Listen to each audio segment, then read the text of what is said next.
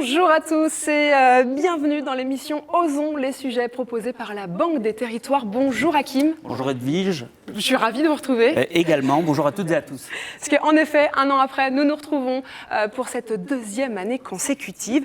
Alors comme la saison précédente, nous allons oser parler franchement et oser vous donner des réponses claires.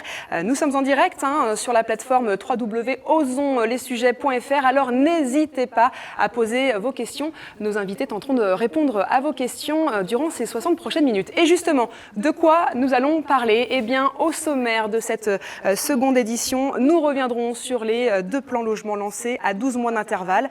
Nous verrons ensuite comment la Banque des Territoires s'est adaptée face à la crise sanitaire et économique mondiale.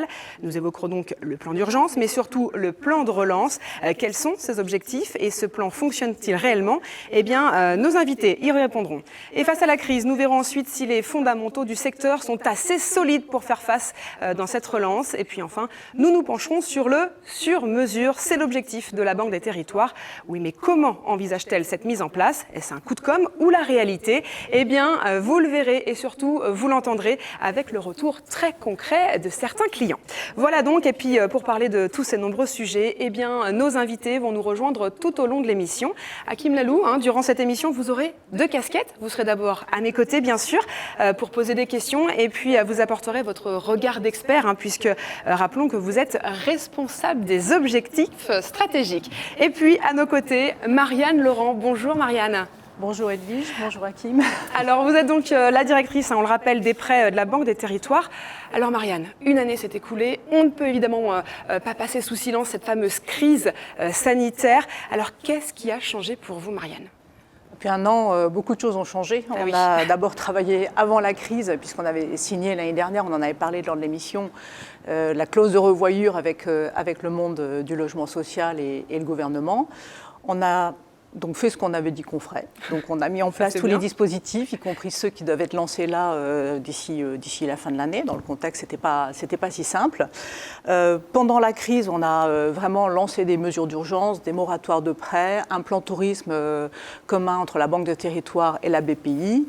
On a également lancé des fonds Covid, nos directions régionales, que je salue ici, notamment pour celles qui ont réuni leurs clients, ont lancé des fonds Covid résistance pour soutenir les TPE. Et enfin, évidemment, comme tout le monde, on a adapté à grande vitesse nos process de travail pour passer de plus en plus au tout numérique.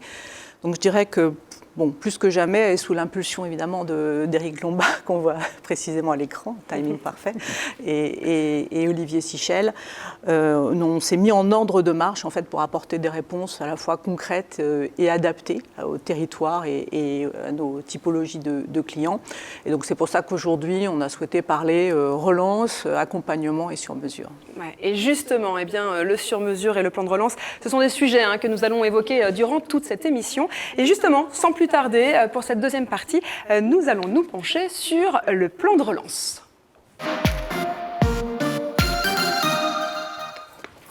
Et pour en parler, on le voit sur les écrans, 3 invités sont en train de nous rejoindre.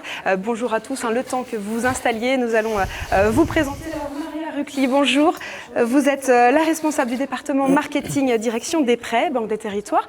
Bérénice Boukoula, on vous retrouve, vous étiez déjà là l'année dernière.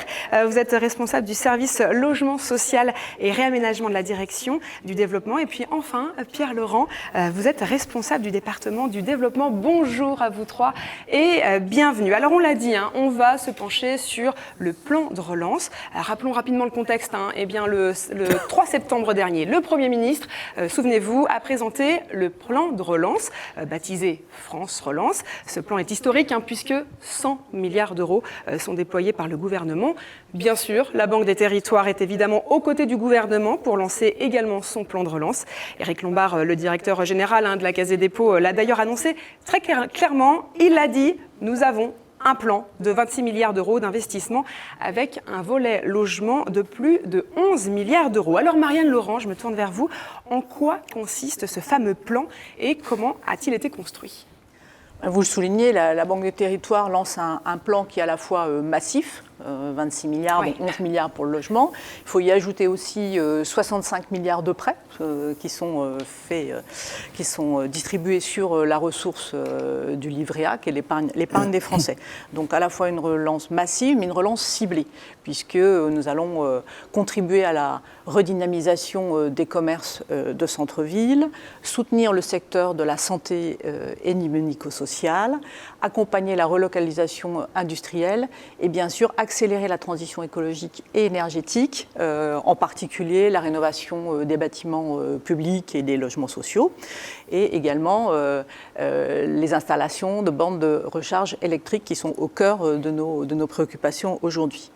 Le secteur du logement social et du logement en général va être en première ligne avec la construction et la rénovation de logements neufs, et également notre filiale CDC Habitat avec son plan de 40 000 VFA. Alors justement, c'est quoi ce plan VFA ?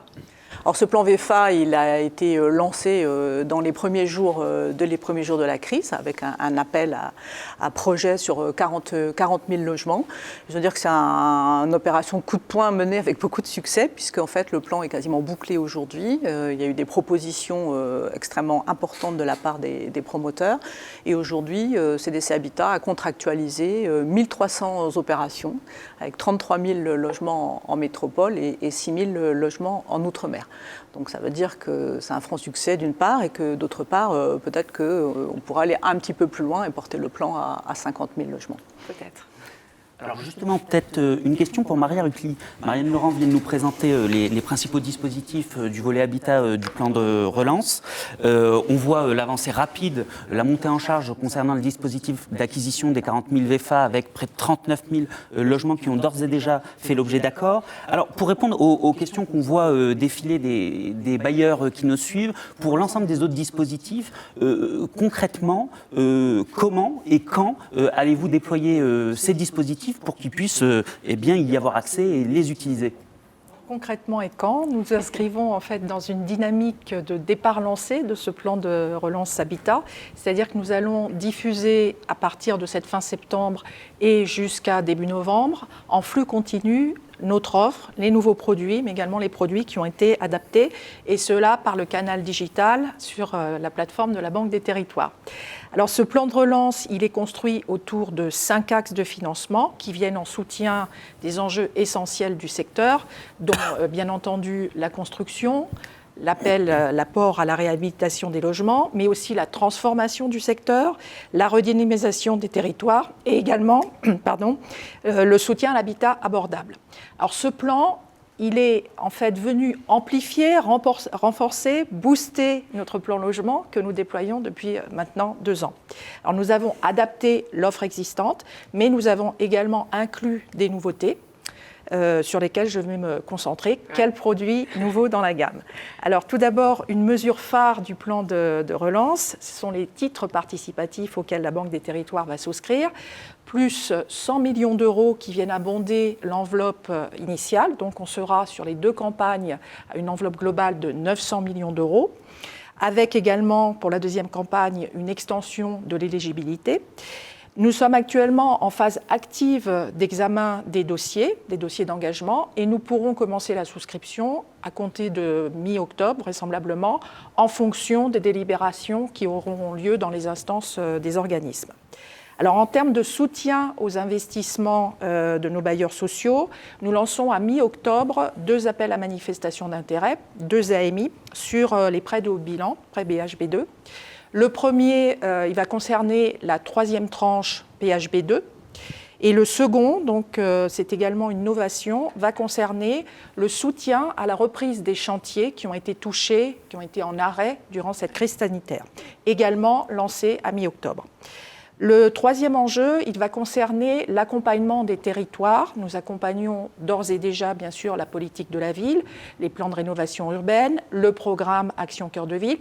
Et puis, nous allons également soutenir le programme de Petites Villes de demain, qui vient juste d'être lancé, avec une nouveauté. Donc, nous incluons le prêt de renouvellement urbain dans notre gamme pour accompagner les petites villes de demain.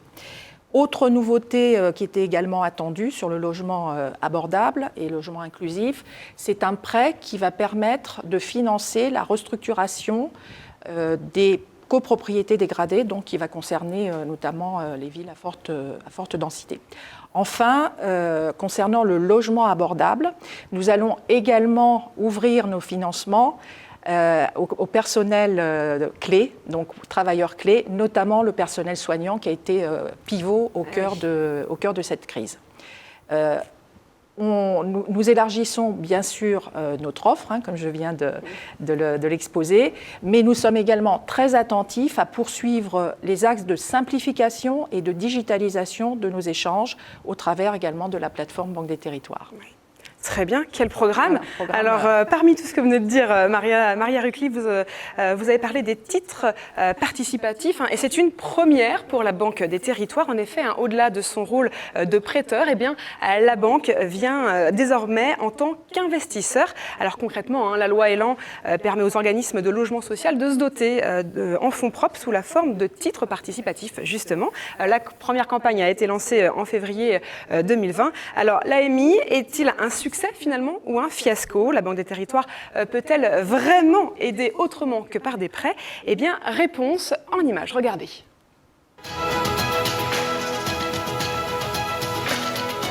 Ça aurait pu être un mythe, celui de David et Goliath. Mais finalement, non, ce ne fut pas du tout ça. Ce fut vraiment un travail partenarial. On avait envie de travailler ensemble sur un sujet très important. On peut bien évidemment parler d'un succès pour cet appel à manifestation d'intérêt, puisque le total des intentions d'émission ont largement dépassé les 800 millions d'euros d'enveloppe initialement disponibles. Alors tout d'abord, le produit est attractif, puisqu'il bénéficie d'une tarification avantageuse rendue possible grâce à l'effort financier de la Caisse des dépôts.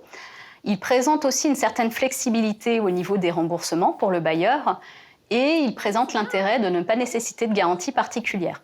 Les derniers arbitrages liés à la gestion d'enveloppes ont été effectués en juillet.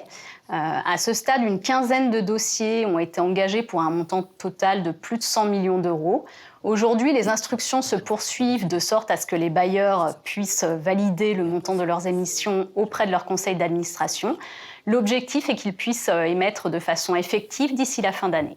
La CDC a rapidement accepté de travailler ce sujet des titres participatifs et de ce point de vue-là, elle a été précurseur. J'ajouterais, je préciserais simplement que la Fédération l'a été également et moi je dirais que c'est une réponse aussi collective qu'on a trouvée, une espèce d'antidote finalement à la baisse des APL financées par les loyers des locataires et que notre président Marcel Rogemont a négocié, entre autres dans le cadre de la clause de revoyure. Les offices n'ont pas de capital. Et donc, dans toutes ces négociations qui visaient quand même à soutenir les investissements du secteur, il fallait trouver un moyen d'aider les offices autrement que par des prêts. Et donc, c'est ce dispositif qui a été mis en avant. Et ce dispositif qui a été négocié notamment sur les conditions financières pendant le week-end de Pâques par téléphone. Nous souhaiterions, nous, que ce dispositif puisse s'inscrire dans la durée, devienne pérenne. Un deuxième appel à manifestation d'intérêt devrait être ouvert au deuxième trimestre 2021 pour une campagne de souscription de 200 millions d'euros minimum.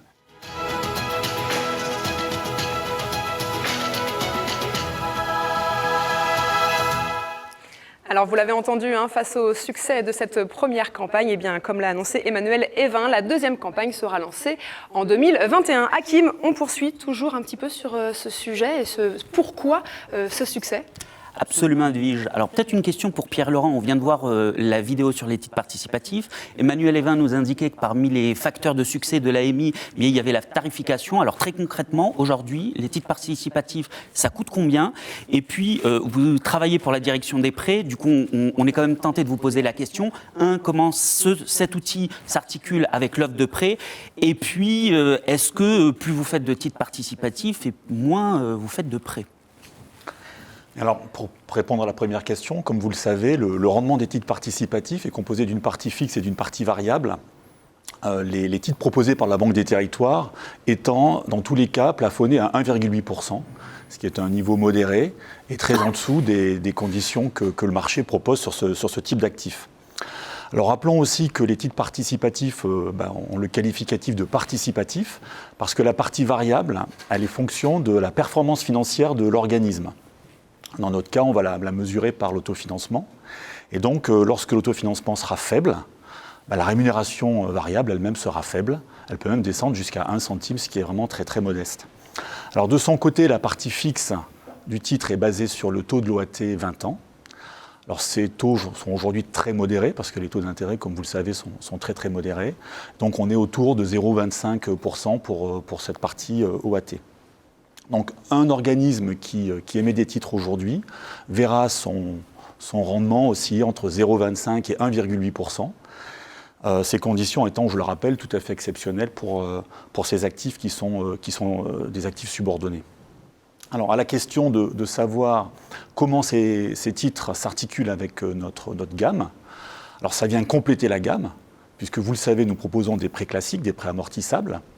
Nous proposons aussi des prêts dits de haut de bilan, qui ont des différés d'amortissement très longs.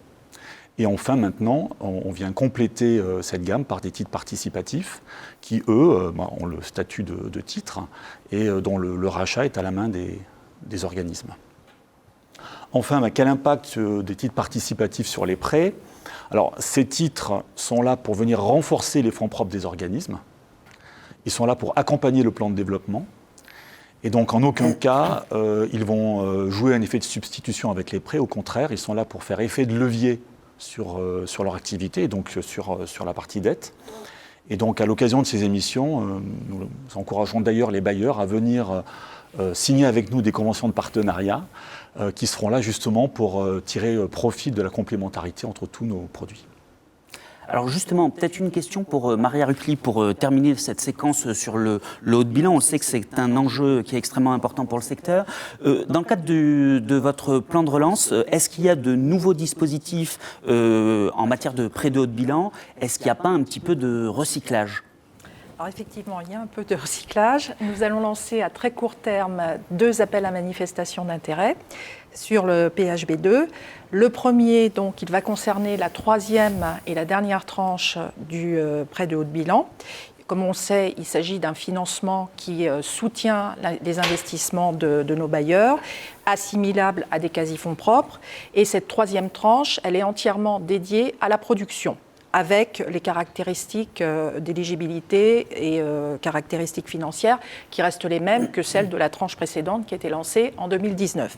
Le montant dédié de cette enveloppe est de 600 millions d'euros.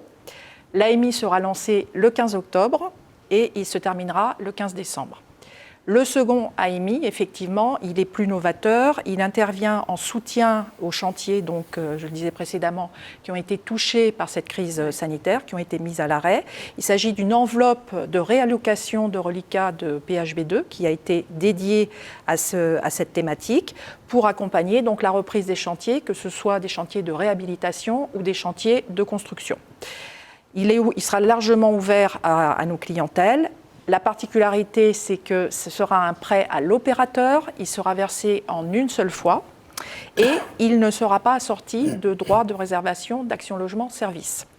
À titre indicatif, donc, le montant par logement pourrait être de 2 000 € pour ce qui concerne les chantiers de réhabilitation et de 3 500 € pour ce qui concerne les chantiers de construction. Le montant qui est dédié à cette enveloppe spécifique sera de 400 millions d'euros. Et là, on aura une fenêtre de tir plus courte, donc court mais efficace, puisque l'AMI va être lancé le 15 octobre, il va être clos le 15 novembre. Et bien entendu, comme tous nos AMI, les demandes et l'AMI lui-même sont entièrement digitalisées sur la plateforme de la Banque des Territoires.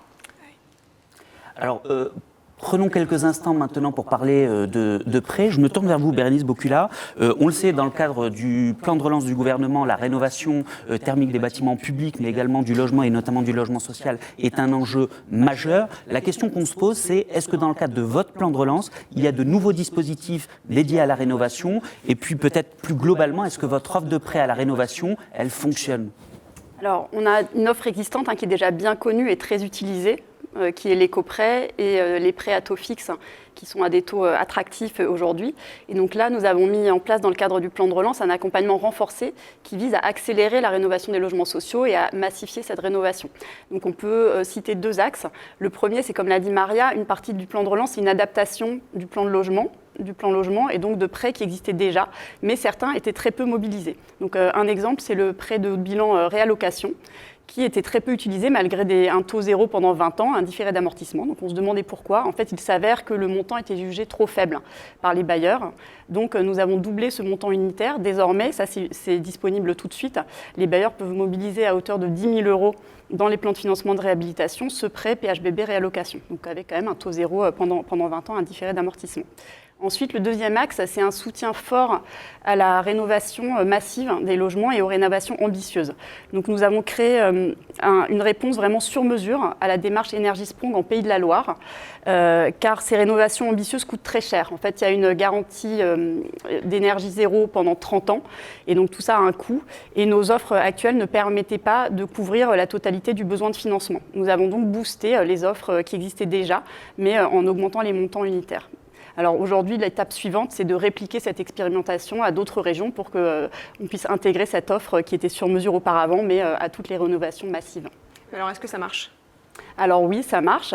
Aujourd'hui, nous avons des prêts à taux fixe qui fonctionnent très bien. Et le but, c'est justement de développer cette offre avec du sur-mesure dans tous les domaines. Alors effectivement, le sur-mesure, on en parlait, on va encore en parler. Alors on va terminer ce chapitre sur le plan de relance avec les montages en démembrement de propriétés. Alors avant de voir le reportage, on va remercier Bérénice et Maria. Merci à vous d'avoir joué le jeu, d'avoir osé donner des réponses claires. Alors on le disait, on va revenir sur une solution qui a été lancée il y a tout juste 2 ans, en septembre 2018. La Banque des Territoires présentait Tonus. Alors ce véhicule a une capacité d'investissement d'1 milliard d'euros pour soutenir la construction de logements sociaux en zone tendue. Cette opération a été rendue possible notamment grâce au démembrement de propriétés institutionnelles. Alors 2 ans après le lancement de Tonus, quelles sont finalement réellement les spécificités ? Y avait-il un réel intérêt finalement du côté des bailleurs ? Eh bien réponse en images.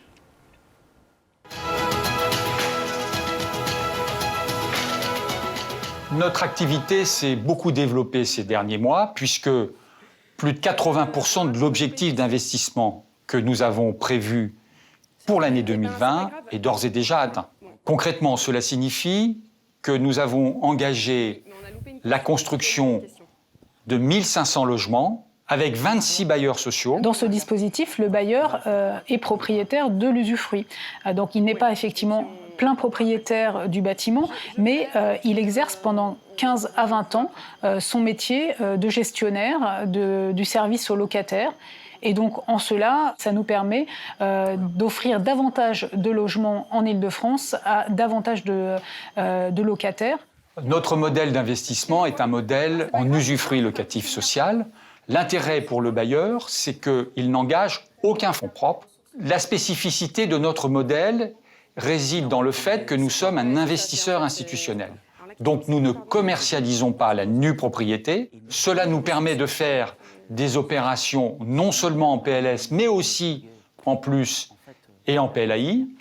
Cela nous permet aussi de travailler avec les bailleurs en maîtrise d'ouvrage direct. Et puis cela nous permet surtout d'offrir à la fin de l'usufruit des garanties sans coût de vacances pour ce qui le concerne. Nous déclinons le modèle d'usufruit pas seulement sur le logement familial, nous pouvons aussi faire du logement étudiant ou jeune actif.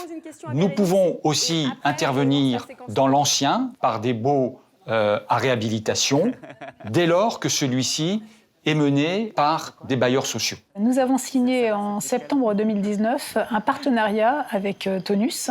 Nous nous engageons ensemble à produire 600 logements sur la période 2020-2022.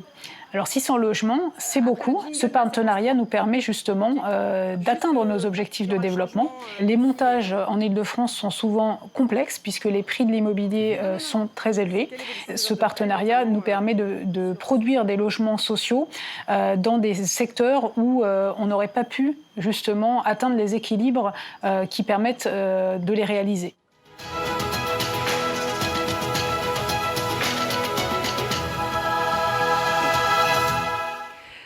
Et puisque finalement vous êtes encore là, mesdames et bien Bérénice, je vais en profiter pour vous poser une dernière question. Alors, quelle évolution finalement des offres de prêt, notamment sur les ressources européennes ?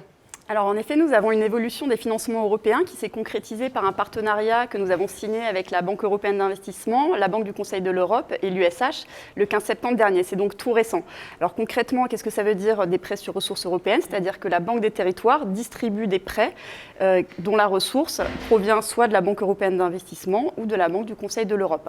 Donc sur la Banque du Conseil de l'Europe, ce sont des prêts pour le médico-social à taux fixe, qui viennent compléter notre offre de prêt sur index livret A. Et concernant la Banque européenne d'investissement, la cible, et donc nous espérons que nous allons bientôt conclure, ce seront des taux fixes qui existent déjà aujourd'hui pour la production. Donc c'est un produit qui s'appelle le booster, mais qui aujourd'hui, dans sa version amortissable, s'arrête à 30 ans. Et là, grâce à cette ressource, nous allons pouvoir offrir des maturités à taux fixe amortissables de 35 et 40 ans. Eh bien, très bien, merci beaucoup à vous deux d'avoir joué le jeu encore une fois. Et puis nous voici arrivés finalement à la troisième partie de cette émission Osons les sujets. Et nous allons voir ensemble si les fondamentaux du secteur restent solides. Et pour ouvrir ce nouveau chapitre, eh bien, deux invités nous ont rejoints. Bonjour à tous les deux. Alors, je vais vous présenter Jean-François Frère, vous êtes responsable du département gestion des prêts de la Caisse des dépôts. Et puis Guillaume Gilquin, vous étiez déjà avec nous l'année dernière. Vous êtes responsable du service des études économiques de la direction des prêts de la Banque des territoires. Alors, ensemble, on va revenir sur les fondamentaux du secteur. On l'a dit tout à l'heure. Alors, bien sûr, face à cette crise sanitaire, eh bien, la relance est plus que jamais essentielle. Oui, mais face à cette situation, eh bien, est-ce que le secteur reste solide? Alors avec cette crise, est-ce qu'il y a eu un impact sur la solidité Et puis quelles sont les prévisions? Eh bien, Hakim, nos invités vont répondre à ces questions. Absolument, Edwige. Alors peut-être pour commencer, une première question pour Jean-François Frère. Vous avez structuré dans des délais extrêmement contraints un plan d'urgence qui a été déployé juste après la mise en confinement du pays, avec notamment des dispositifs de moratoire sur les échéances. Est-ce à dire que vous avez eu peur pour le secteur et plus largement, après plusieurs mois de mise à disposition de ce plan, quels sont que pouvez-vous en tirer et est-ce que ces dispositifs ont répondu aux attentes des bailleurs sociaux? Alors, tout d'abord, Hakim, un petit rappel sur les conditions de lancement de ce plan d'urgence. Donc, la Banque des territoires a proposer un plan d'urgence dès avril avec deux objectifs. Un premier objectif à court terme qui était de proposer aux organismes un dispositif adapté à des pertes de recettes liées à la crise sanitaire. Donc nous avons mis en place deux mesures. Une première mesure qui était de report d'échéance sur 6 mois et sans frais. Et une deuxième mesure qui était l'ouverture d'une enveloppe de découvert bancaire de l'ordre de 2 milliards d'euros.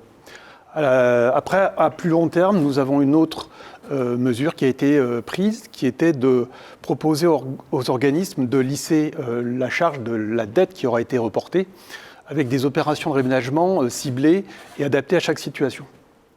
Ça, c'était le dispositif d'ensemble. Donc aujourd'hui, qu'est-ce qu'on peut en dire? Donc le constat, c'est que ces mesures ont été relativement peu mobilisées par le secteur HLM.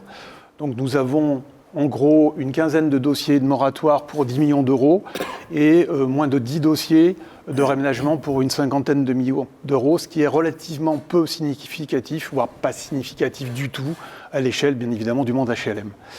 Donc ce qu'on peut en tirer comme conclusion, c'est que, en tout cas jusqu'à présent, et jusqu'à aujourd'hui, le secteur du logement social a bien résisté aux effets de la crise sanitaire. Alors, petite précision, c'est que l'essentiel des dossiers qui a été présenté porte sur soit du logement étudiant, soit sur des résidences personnes âgées, secteur qui a été particulièrement chahuté par, bien évidemment, la crise sanitaire. Alors plus globalement, finalement, dans le cadre de votre activité, est-ce que vous avez senti une fragilisation du secteur ? Alors sur le cœur de notre activité, c'est la gestion des prêts. On n'a pas constaté de fragilisation, puisque de toute façon, on n'a pas, par exemple, constaté d'augmentation des impayés. Donc c'est un point, effectivement, relativement parlant. Par contre, sur un autre point, on peut plutôt parler de consolidation, pas de fragilisation, mais de consolidation, et c'est sur le point des transferts de prêts. Donc les transferts de prêts sont des outils financiers au service notamment de toutes les opérations de vente de patrimoine et de fusion. Et là, nous avons constaté une activité extraordinaire, puisque nous avons à aujourd'hui enregistré 7 milliards de volume de transfert de prêts, avec encore 3 milliards de dossiers en cours d'instruction. Donc des chiffres qui sont très significatifs, qui sont le double de l'activité de 2019 et qui démontrent effectivement que la recomposition du secteur est en marche, bien évidemment portée par la loi Elan, qu'il y a des contraintes sur le premier trimestre 2021. Et effectivement, ce mouvement de consolidation ou de recomposition, on le constate notamment au travers de notre observatoire de recomposition du secteur, qui est alimenté à la fois par des données internes, mais également par des données qui sont en provenance du secteur HLM partenaire. Donc des propos très rassurants sur la solidité conjoncturelle du secteur. Alors je me tourne vers vous, Guillaume Gilquin, vous êtes chef des études économiques de la direction des prêts. Quelles sont selon vous les perspectives sur le plan macroéconomique et plus particulièrement sectoriel? Quelles sont ces perspectives? Très concrètement, on annonce un peu partout le chaos. Vous n'allez quand même pas nous dire que tout va bien? Bon, bien sûr, le secteur du logement social est également touché par la crise. Nous vivons une crise sanitaire et économique mondiale d'une grande ampleur. Et on a vu en France l'activité économique très ralentie, notamment pendant la période de confinement au printemps, avec pour le secteur du bâtiment, pour le logement social, des chantiers quasi à l'arrêt. Alors pour 2020, nous anticipons une baisse des investissements en construction, réhabilitation, une augmentation des coûts de construction également liés à la crise sanitaire. On prévoit également une hausse des impayés en 2020-2021 liée à la crise économique. Et puis également peut-être une baisse des ventes de logements sociaux aux particuliers, puisqu'on a eu moins de transactions immobilières. Alors à moyen terme, selon le cadrage économique du groupe Caisse des Dépôts, on devrait revenir à une situation économique meilleure, puisqu'on prévoit un retour à la situation d'activité pré-crise en 2024. Donc c'est un retour très progressif de l'activité économique. Et bien sûr, c'est une prévision qui est très liée aux hypothèses. Par exemple, on fait l'hypothèse qu'il n'y aura pas de nouvelle période de confinement généralisé. Donc il y a de fortes incertitudes liées à cette crise sanitaire. Et nos études, nos prévisions de long terme sont bien sûr très sensibles aux hypothèses retenues. Alors justement, vous parliez de fortes incertitudes. Pourquoi, dans ce contexte très particulier, vous continuez à construire des prévisions de moyen et de long terme? Comme vous le savez, Hakim, la Banque des Territoires est le principal financeur du logement social. On octroie des prêts à très long terme, puisqu'on a des prêts jusque 80 ans. Et c'est important pour nous d'analyser la soutenabilité financière du secteur à long terme également. Et c'est ce qu'on fait chaque année dans l'étude Perspective qui vient d'être publiée la semaine dernière et que vous retrouvez sur la plateforme de la Banque des Territoires. Alors pour moi, le secteur dispose dans cette crise de trois atouts. Tout d'abord, il est rentré dans la crise avec une situation financière solide, puisque son autofinancement global, c'est-à-dire ses bénéfices, se sont élevés à 13,5% des loyers en 2018. Et en plus, sa capacité d'investissement a été soutenue par les prêts de haut de bilan et également aujourd'hui par les titres participatifs de la Banque des Territoires. Un deuxième aspect, c'est son modèle. Ses revenus sont essentiellement liés aux loyers qui ont été peu impactés par la crise. Et enfin, le secteur se finance majoritairement par de la dette. Et aujourd'hui, et on prévoit également dans une période longue, les taux vont rester bas. On prévoit que le taux du livret A va rester à son plancher de 0,5% encore au cours des 5 prochaines années. Donc peut-être qu'on peut projeter le graphique sur l'analyse prévisionnelle de cette étude Perspective. On prévoit en fait que la situation financière va rester favorable au cours des prochaines années, avec toutefois deux périodes. Une première période plus favorable en lien avec le niveau des taux d'intérêt, et puis l'effet de l'allongement de dette qui réduit dans un premier temps les annuités financières. Puis une deuxième période un peu moins favorable, puisqu'on prévoit un retour de l'économie à l'équilibre avec des taux un peu plus élevés. Et puis il y a l'effet inverse de l'allongement de dette avec des annuités un peu plus importantes. Donc globalement, une situation financière qui reste saine et un secteur qui est en capacité d'investir. On prévoit que le secteur est en mesure de participer à la relance des investissements en 2021-2022. Et on prévoit donc sur le long terme également que le secteur a la capacité de maintenir ses investissements en construction à un niveau significatif, 100 000 unités par an, et également les réhabilitations nécessaires à 100 000 unités par an. Alors, Guillaume Gilquin, vous parlez de ce secteur, mais la réalité, c'est notamment le volume très important de sa dette. Alors, qu'est-ce qu'on peut dire sur cette situation ? Effectivement, on a un secteur qui se finance principalement par de la dette et de la dette à très long terme. Donc, on a les encours de crédit qui s'accumulent et au final, des montants très importants, puisque l'encours de crédit du secteur, c'est 180 milliards d'euros. Alors, en volume, c'est très important et ce volume a augmenté au cours des dernières années, mais il faut relativiser ce point, puisque le secteur a également beaucoup investi au cours de la dernière décennie et la taille de son bilan a augmenté. Donc, en fait, si on rapporte au bilan, c'est plutôt les fonds propres des secteurs qui ont augmenté, comme on le voit sur le graphique projeté. Et donc une structure bilancielle, une structure financière qui s'est consolidée sur la période. Si on regarde le graphique suivant également sur les annuités financières, en fait, on voit que ces annuités sont restées relativement stables au cours des dernières années. Et donc, une situation financière qui se tient et une dette qui est contenue. Alors Pierre Laurent, cette situation, finalement, est-ce que ce n'est pas un frein à la capacité à participer à la relance ? Alors c'est vrai que le modèle français est très fondé sur la dette, le modèle français de logement social, puisque comme Guillaume le disait, c'était une part majoritaire des plans de financement, plus de 70%. Mais dans la période restante, c'est plutôt un atout, parce que les taux sont très bas. On l'a vu, les annuités ont été très modérées du fait de la baisse du livret A, c'était vraiment un atout. Donc loin d'être un poids, c'est plutôt une variable intéressante. Rappelons que le fait que la Banque des Territoires détienne une large assiette de dette permet finalement de mettre en place des politiques sectorielles. Je pense par exemple à l'opération de rallongement massif qui a permis aux bailleurs qui le souhaitaient de trouver des marges de manœuvre. Et enfin, à l'échelle plus microéconomique, le fait d'avoir de la gestion active de dette permet d'être un outil puissant pour les bailleurs d'atteindre leur PMT. Donc je dirais qu'il ne faut pas vraiment voir la dette comme un frein, mais plutôt qu'un outil de développement. Alors justement, Pierre-Laurent, on voit défiler les questions qui nous sont posées en direct ce matin. Cette question, elle est pour vous. Vous parliez de la dette et de son réaménagement. Alors justement, qu'est-ce que vous répondez à ceux qui indiquent donc ce matin que vous acceptez de réaménager la dette justement pour limiter la capacité à diversifier les financements, les refinancements ? Alors je leur dirais d'abord, venez nous voir. Venez nous voir et vous verrez que ce n'est pas vraiment le cas, puisque plus concrètement, l'année dernière, on a réaménagé près de 2 milliards d'euros de dettes qui étaient soit protégées par des indemnités actuarielles, soit qui avaient déjà fait l'objet d'un réaménagement. Donc nos offres en matière de réaménagement s'adaptent, évoluent en permanence, et donc il faut que les bailleurs viennent réinterroger ces outils régulièrement pour voir quelles réponses on peut leur apporter.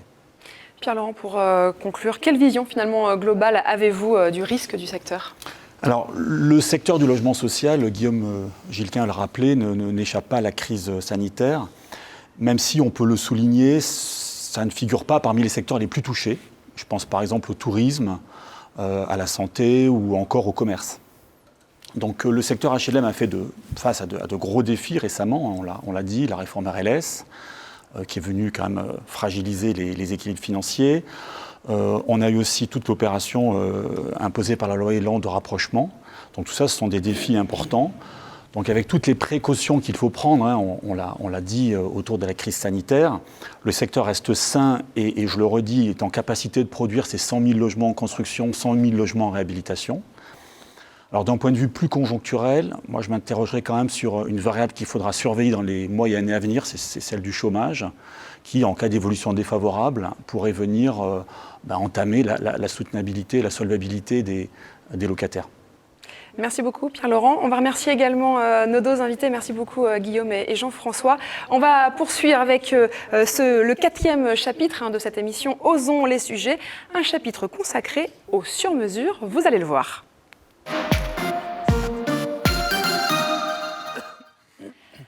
Alors, nous avons évoqué les plans logement, nous avons évoqué aussi le plan d'urgence. On le sait, le gros de l'offre de financement est disponible et on parle d'offres sur étagère. Et puis, nous avons également longuement présenté le plan de relance.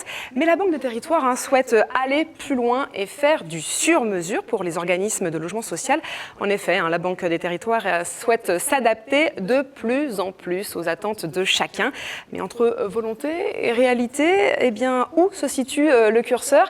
Est-ce que c'est un aspect de com' ou finalement une vraie réalité? Eh bien, nous sommes allés poser la question à Philippe Bry, le président du directoire du groupe 1001 Vie Habitat. Écoutez.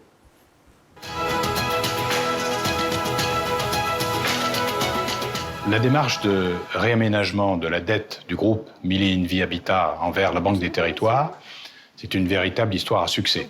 Le travail mené pendant plusieurs mois avec la Banque des Territoires a permis, bien sûr, d'allonger la dette, mais c'est le cas de la majeure partie des bailleurs sociaux, et ce qui est plus particulier, de restructurer une partie de la dette de nos sociétés, à commencer par celle de la maison mère, en modifiant son profil, en modifiant son taux lorsque c'était possible, de manière à répondre aux situations particulières de chaque société dans le contexte territorial où elle se trouvait. Et donc, ça a permis de donner des marges de manœuvre à cette société. Je vous donne 2 chiffres. 100 millions d'économies d'annuité sur 10 ans, sur les 10 prochaines années, 100 millions. Et 18 millions d'autofinancement dégagés en 2019 sur un autofinancement global de 36. Donc, uniquement avec le levier de la dette, on a réussi à augmenter l'autofinancement de la société de 50%. Je suis directeur territorial grand compte à la direction Île-de-France. Et au siège, nous avons ce que nous appelons une task force, c'est-à-dire une équipe spécialisée qui décortique dans le détail la dette et qui fait les meilleures propositions. Et donc, nous avons travaillé de concert avec la task force, comme nous le faisons habituellement, et ça s'est très très bien passé. Je vous répondrai que c'est une réalité. Si vous m'avez posé la question il y a une dizaine d'années, j'aurais dit effectivement, nous le faisons de manière très épisodique et très occasionnelle. Aujourd'hui, je dirais, c'est notre quotidien. Et donc, nous réaménageons la dette car ça leur permet de dégager des marges de manœuvre pour pouvoir investir et pour pouvoir rénover leur patrimoine. Un dernier souhait, c'est que nous puissions continuer ce travail avec des équipes de la Banque des Territoires en toute confiance, entre spécialistes, et peut-être envisager des réflexions plus poussées sur des thèmes particuliers, comme par exemple l'ingénierie financière des opérations complexes de réaménagement urbain.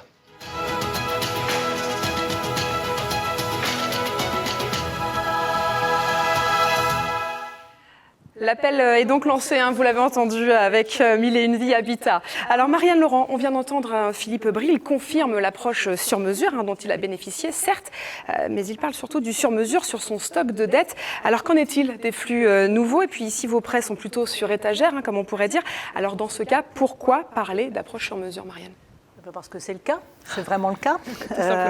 Nous bénéficions, on l'a souligné, de ressources différentes avec différents index. Le livret A pour l'épargne des Français, des taux fixes pour la ressource européenne ou les ressources sur la section générale. Ce qui fait que notre offre de prêt s'est diversifiée et elle est également très adaptable. On parlait de sculpter la dette, on parlait de différer d'amortissement et modalités de préfinancement. Les bailleurs eux-mêmes se lancent dans des opérations plus pointues. On a récemment travaillé avec Atico, qui est la filiale Atico Conseil, qui est la filiale de l'A7 et qui a travaillé avec des bailleurs sur des montages innovants. Et nous en examinons en ce moment pour regarder si on peut justement faire ce sur-mesure. Donc c'est quoi ce sur-mesure? Donc c'est vraiment adapter l'offre aux besoins spécifiques du client. Donc c'est ce que chez nous on dit que c'est du cousu main.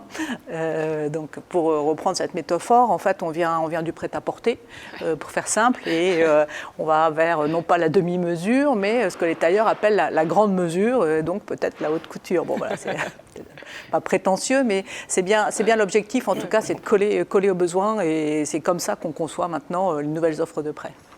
Alors justement, Pierre-Laurent, les besoins de financement sont là pour accompagner la stratégie qui est fixée, pour accompagner le PMT. D'un autre côté, dans le cadre de la construction du PMT, eh bien, il y a les contraintes en matière d'objets de financement qui sont mis à disposition pour le matérialiser. Alors concrètement, en tant que banquier, est-ce que vous êtes un simple consommateur de PMT ou est-ce qu'au contraire, c'est un matériau de dialogue ? Alors sans ambiguïté, le PMT est vraiment un outil de dialogue avec les bailleurs, puisque la Banque des territoires est là, donc à la fois pour accompagner le plan de développement des bailleurs, hein, on l'a dit, mais aussi pour analyser la soutenabilité de ces PMT, et en particulier la capacité des bailleurs à rembourser leurs dettes, ce qui était quand même un point très important. Alors les allers-retours que l'on peut faire avec les bailleurs sont là pour comprendre les besoins stratégiques, les analyser et bien coller aux réponses que l'on doit leur apporter. Alors cela peut passer, on l'a vu, par la gestion active de la dette avec l'exemple de 1001 vies, où on avait vraiment des réponses très adaptées, mais ça peut passer aussi par l'étude de plans des financements pour optimiser ces plans de financement, mesurer bien le poids que l'on doit mettre en fonds propres et en dette. Ça peut passer aussi par la mise en place de prêts spécifiques pour accompagner des programmes exceptionnels, pour accompagner la recomposition des bailleurs, pour accompagner la diversification de leur activité.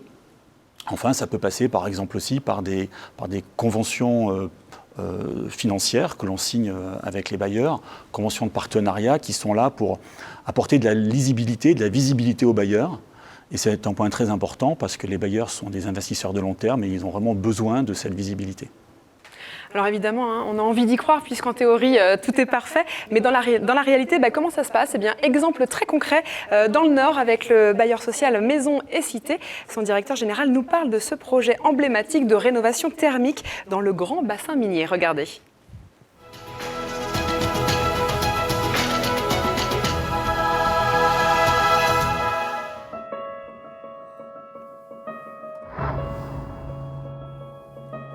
On se situe sur le territoire du bassin minier du Nord-Pas-de-Calais, sur lequel Maison et Cité est propriétaire de 63 000 maisons individuelles qui sont installées dans des cités minières, qui sont souvent des cités-jardins. Et l'idée était d'organiser un rattrapage sur toutes les questions urbaines, et notamment de réhabilitation des logements.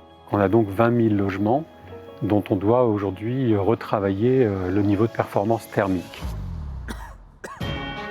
Le contrat d'engagement pour le renouveau du bassin minier est une des priorités de la Banque des territoires. Donc naturellement, on était le partenaire incontournable pour cette entreprise. Nos collaborateurs ont fait du sur-mesure pour aboutir au financement d'un plan d'investissement pour Maison et Cité de 1,6 milliard et le volume de prêt sera pour nous de 1 milliard sur la période de la convention, c'est-à-dire 2019-2023. On fait cet énorme programme d'investissement pour améliorer la qualité de vie de nos locataires dans leur logement, dans leur quartier, dans l'environnement. On sent bien que c'est les mêmes sujets qui sont partagés par nos interlocuteurs de la Banque des territoires.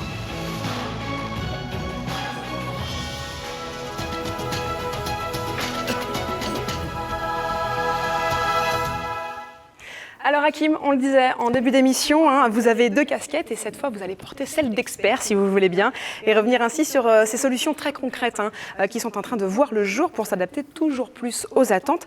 Alors comment la Banque des territoires s'adapte, Hakim? Écoutez, c'est vrai que dans le cadre du sur-mesure, ça fait partie de nos missions d'apporter des solutions aux demandes des bailleurs en matière de numérique, de data science, etc. avec une visée opérationnelle. Très concrètement, au cours des 6 derniers mois, on a travaillé avec un ensemble de bailleurs dans le cadre d'une démarche très fortement partenariale. Voilà, c'est pas un mot galvaudé, ça a vraiment été le cas pour donner des solutions assises sur de l'intelligence artificielle pour de l'opérationnel. Et en l'occurrence, c'est entraîner des réseaux de neurones convolutifs. Là encore, un mot un petit peu barbare, mais ce sont des réseaux de neurones dont la forme et l'entraînement visent très concrètement à analyser des images. Et donc, en l'occurrence, typiquement, les pièces justificatives qui sont extrêmement nombreuses dans le cadre de notre activité sectorielle.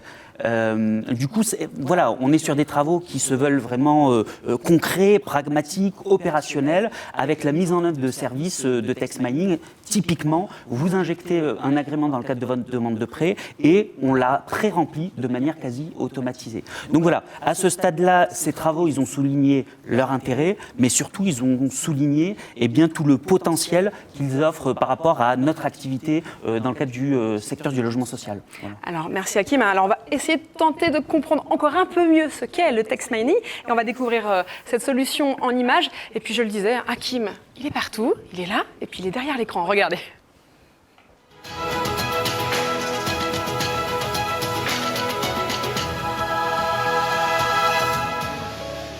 Le dispositif de text mining de la Banque des Territoires, c'est concrètement le recours à de l'IA, à des réseaux de neurones convolutifs qui vont venir analyser des documents comme les agréments pour venir pré-remplir la demande de prêt de manière automatisée. L'objectif, il est très concret, c'est des gains en performance opérationnelle, c'est une amélioration de la qualité dans les SI, c'est également, par exemple, un premier pas en direction du dites-le-nous une fois avec les SI de l'État. Pour le secteur du logement social et l'ensemble de ses pièces justificatives, c'est un formidable gisement d'économie. Dans un premier temps, nous avons testé des solutions de place. Très vite, nous nous sommes aperçus que celles-ci étaient trop généralistes pour répondre à notre besoin. Nous avons donc construit des solutions internes sur nos propres données avec nos propres réseaux de neurones afin d'avoir un taux optimal de récupération des informations pour nos clients. La co-construction, c'est intégrer les usages des clients et leur retour dans l'amélioration des parcours et du service text mining. Concrètement, ça a commencé par l'organisation d'un séminaire client mené de main de maître par le service data de la direction des prêts, qui s'est conclu par la signature d'une convention partenariale pour 18 OLS qui représentent 1 million de logements. On a continué le travail avec des ateliers clients pour définir le service, améliorer les parcours et le traitement des flux. On a par exemple développé des algorithmes spécifiques pour certains territoires.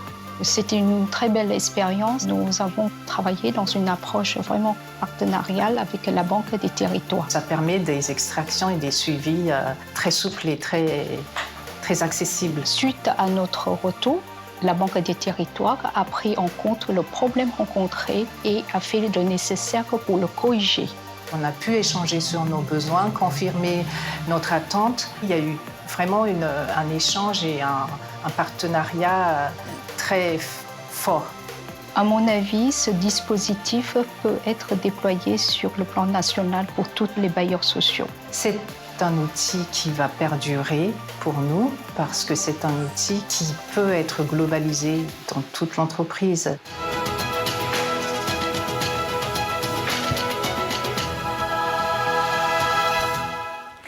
Et c'est en toute logique qu'on retrouve Hakim en plateau. Alors au-delà de la blague, Hakim, au-delà de la présentation, quelles sont désormais les perspectives concrètes ? Écoutez Edwige, à ce stade-là, on a des résultats sur table, des résultats qui sont concrets. Bien évidemment, on est au début de l'aventure et donc il y a de nombreuses améliorations à apporter et surtout une diversification, un élargissement des champs à construire ensemble. Concrètement, les perspectives, elles sont très nombreuses. On parlait de sur-mesure, c'est un peu le thème de cette séquence. On a donc, comme l'indiquait Stanislas Gauthier dans le cadre de la vidéo qu'on vient de voir, on a signé une convention d'expérimentation partenariale avec près de 18 OLS, 1 million de logements gérés, donc ils savent de quoi ils parlent. Ils ont eu en primeur accès au dispositif que l'on a construit, nous ont fait un certain nombre de retours sur les limites, améliorations, etc. à faire, et donc concrètement, c'est vrai que le mot revient, mais c'est du concret. Voilà, sous 3 mois, on va continuer à entraîner ces réseaux de neurones pour mieux capter la diversité et les spécificités des agréments. Sur le plan territorial, la représentante d'Ilogicien l'indiquait, donc on va répondre sous 3 mois aux besoins qu'elle a identifiés. Et deuxième élément, typiquement, les prochains réseaux de neurones vont, de manière totalement industrialisée, automatisée, être en capacité de traiter les agréments type en rue. On sait que c'est un sujet d'actualité qui est en train de monter. Deuxième perspective, c'est une déclinaison assez naturelle finalement de ces stratégies de text mining qui extrait les bonnes informations des agréments et donc vous êtes un opérationnel ou un dirigeant d'OLS, on vous mettra à disposition un tableau de pilotage. Vous injectez tous vos agréments, vous avez l'ensemble des caractéristiques des agréments qui ont été text minés, un certain nombre d'indicateurs typiquement a fait l'objet d'un financement / d'une mise en chantier, et donc vous pouvez en déduire des lois de transformation dans le temps de vos agréments, des taux de chute, etc. Mais surtout, nous vous proposerons, pour les agréments qui ont fait l'objet d'un financement, une comparaison au ligne à ligne du plan de financement entre ce que vous aviez prévu au moment de l'agrément, et puis plusieurs années après, au moment où vous lancez très concrètement votre chantier. Troisième dimension en matière de perspective, là encore on s'y attend, c'est on sait le faire sur les agréments, on travaille d'ores et déjà actuellement sur l'entraînement de réseaux de neurones convolutifs qui sont spécifiquement dédiés au diagnostic de performance énergétique, les DPE et les audits énergétiques. Et voilà, dans le secteur dans lequel on évolue, 500 000 logements sociaux par an dont le DPE en moyenne doit être révisé. On voit que le gisement d'économie, comme c'était indiqué dans la vidéo, est très important. Dernier élément, et j'en resterai là en matière de perspective, c'est et de la perspective, de la prospective, mais ce n'est pas de la théorie. On a d'ores et déjà des résultats sur table et bien évidemment de nombreux chantiers à conduire, mais très concrètement, l'une des perspectives, c'est de coupler des stratégies qu'on appelle de web scrapping, c'est-à-dire qu'on met en place des automates qui vont cibler sur Internet des données, des documents spécifiques que l'on vise et sur lesquels on applique des stratégies de text mining. Ça veut dire quoi? Ça veut dire que typiquement, si vous attendez une délibération de garantie et qu'elle doit être publiée sur Internet, ce qui est le cas de toutes les délibérations, eh bien, vous n'aurez plus à aller fréquemment vérifier si la délibération de garantie, elle est tombée ou pas. L'automate le fera pour vous, analysera le document, vous informera, mettra à disposition le document sur la plateforme Banque des Territoires. Voilà, ce sont des choses sur lesquelles on travaille actuellement. Donc voilà, en synthèse, on a des résultats qui sont solides, de belles perspectives et bien évidemment des améliorations à apporter, mais les briques technologiques et les briques d'industrialisation sont aujourd'hui posées. Bon, maintenant, il y a une belle histoire à construire avec les bailleurs sociaux pour faire vivre ce dispositif avec cet objectif, participer à l'amélioration de la performance opérationnelle. Voilà. Merci Hakim. Marianne, on l'a entendu, hein, il y a de nombreuses perspectives, des mots un petit peu complexes, mais alors concrètement, moi aussi j'utilise le mot concrètement, quand est-ce que les bailleurs vont pouvoir l'utiliser ? Concrètement, Marianne. Concrètement, en fait, c'est pas de la science-fiction, je vous rassure, puisque le service, la première brique dont parlait Hakim, a été ouverte hier soir. Donc d'ores et déjà, les bailleurs peuvent sur la plateforme de la Banque des Territoires télécharger leur agrément et regarder en live ce que ça donne en termes de pré-remplissage des demandes de prêt. Bon, ça c'est une sacrée annonce et sans transition, c'est avec ce lancement officiel du text mining que nous arrivons à la dernière partie de cette émission, une partie consacrée à vos questions.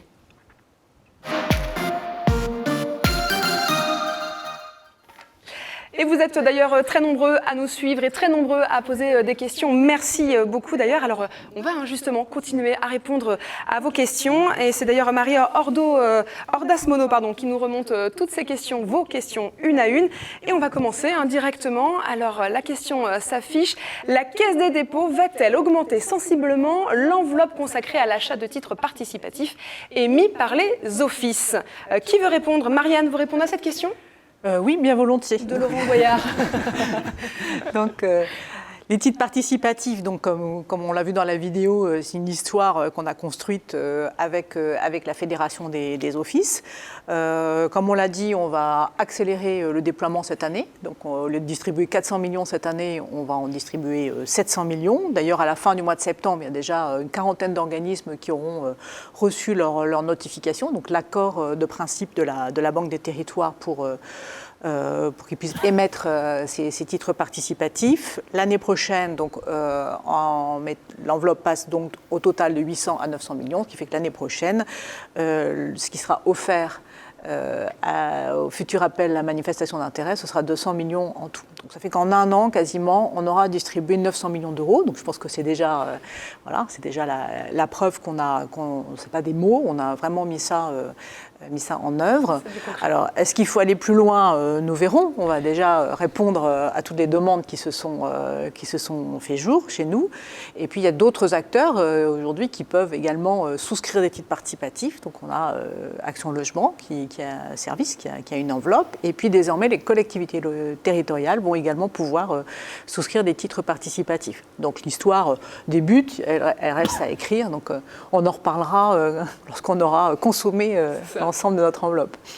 Allez, on poursuit avec notre question, Hakim, peut-être Comment la Banque des Territoires, c'est ça? Comment la Banque des Territoires peut soutenir des portages fonciers à long terme pour des bailleurs ou leurs structures de mutualisation? Pierre? Volontiers aussi. Allez.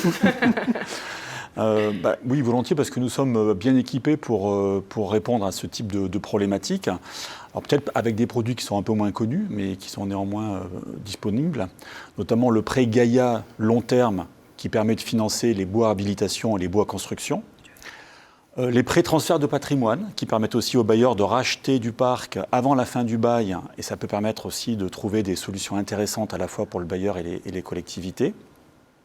Le prêt Gaïa court terme cette fois-ci, qui permet du portage foncier sur des durées courtes et qui s'adresse directement aux bailleurs. Et enfin, on pourrait évoquer aussi les montages en OFS-BRS qui se développent beaucoup et qui, d'une certaine façon, permettent là encore de porter du foncier sur des horizons longs, jusqu'à 80 ans en l'occurrence. On poursuit, parce qu'il y a pas mal de questions, Hakim. La troisième. Alors, c'est parti, on attend qu'elle s'affiche. Voilà. Parfait. Alors, quel rôle va jouer la Banque des Territoires dans la mobilisation des garanties UE par les organismes d'HLM dans le cadre du plan InvestEU? C'est une question de Laurent Guéquière. Alors, qui répond? Marianne, Pierre? Oui, je vais répondre. InvestEU, qu'est-ce que c'est? InvestEU, c'est un dispositif européen qui va prendre la suite du plan Juncker, qui met beaucoup de ressources à disposition des États membres. Donc InvestEU va s'appuyer aux 3/4 sur la Banque européenne d'investissement et pour le quart restant sur des banques nationales. Donc en France, les banques nationales qui vont jouer un rôle dans le dispositif, ce sont la Caisse des dépôts et la BPI. Donc nous allons, Banque des Territoires, pouvoir jouer notre rôle dans ce cadre-là. On est en cours d'assessment, comme on dit, c'est-à-dire d'homologation, en fait, pour pouvoir distribuer ces dispositifs. Alors ce sera principalement sous forme de garanties, donc en sus des garanties usuelles des collectivités locales qui interviennent régulièrement pour soutenir nos bailleurs.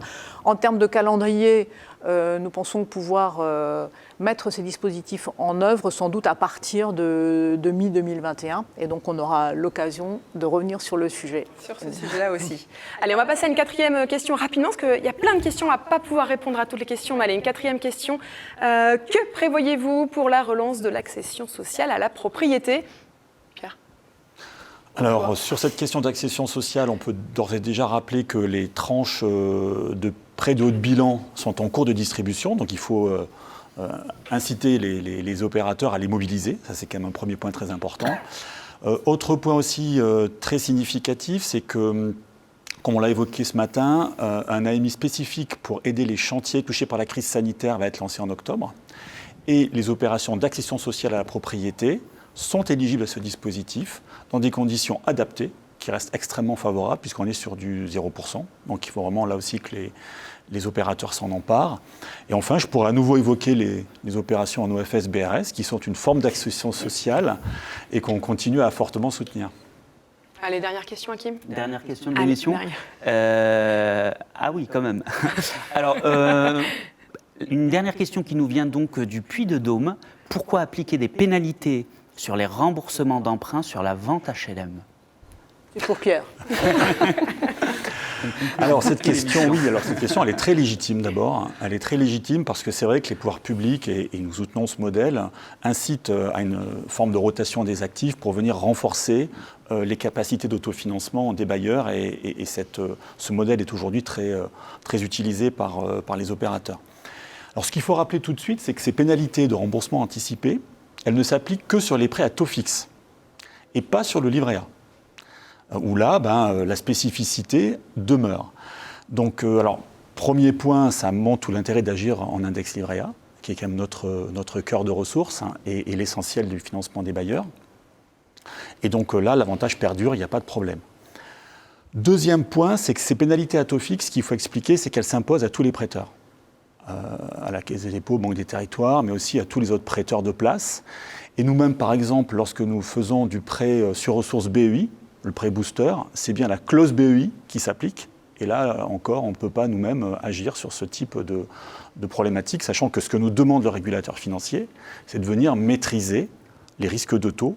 Et donc, on doit mettre en place ce type de clause pour se protéger.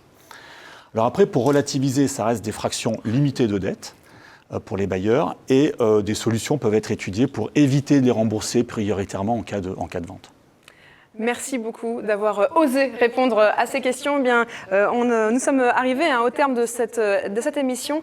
Marianne Laurent, dernière question. En tant que directrice des prêts, qu'est-ce qu'on aurait envie de dire pour conclure cette émission ? Je dirais que depuis sa création, en fait, la Banque des Territoires met toute sa force de frappe en œuvre pour soutenir tous les territoires, pour qu'ils soient plus inclusifs, plus attractifs, plus durables et plus connectés. La relance nous donne l'occasion d'accélérer, de passer à la démultiplier, en fait, à la fois avec les ressources financières, on en a longuement parlé, mais on va mettre beaucoup d'argent au travail. Et toutes nos équipes sont vraiment fortement mobilisées. Elles sont mobilisées en région, elles sont mobilisées au siège et on leur demande de faire appel à toute leur créativité pour pouvoir vraiment répondre, en tout cas prendre toutes les demandes qui peuvent remonter du terrain. La plateforme, évidemment, de la Banque des Territoires y contribuera également. Donc, on espère être au rendez-vous. En tout cas, c'est notre ambition, au rendez-vous des défis qui nous attendent. On considère que c'est notre devoir et ce sera aussi notre fierté quand on aura réussi. Merci beaucoup Marianne, merci également à tous nos invités qui se sont succédés sur ce plateau. Merci à vous, Hakim, qui êtes définitivement partout. Merci enfin à vous derrière l'écran qui avez été très présents, très nombreux à nous suivre et à poser des questions. Merci à tous et puis très belle journée et n'oubliez pas, osez.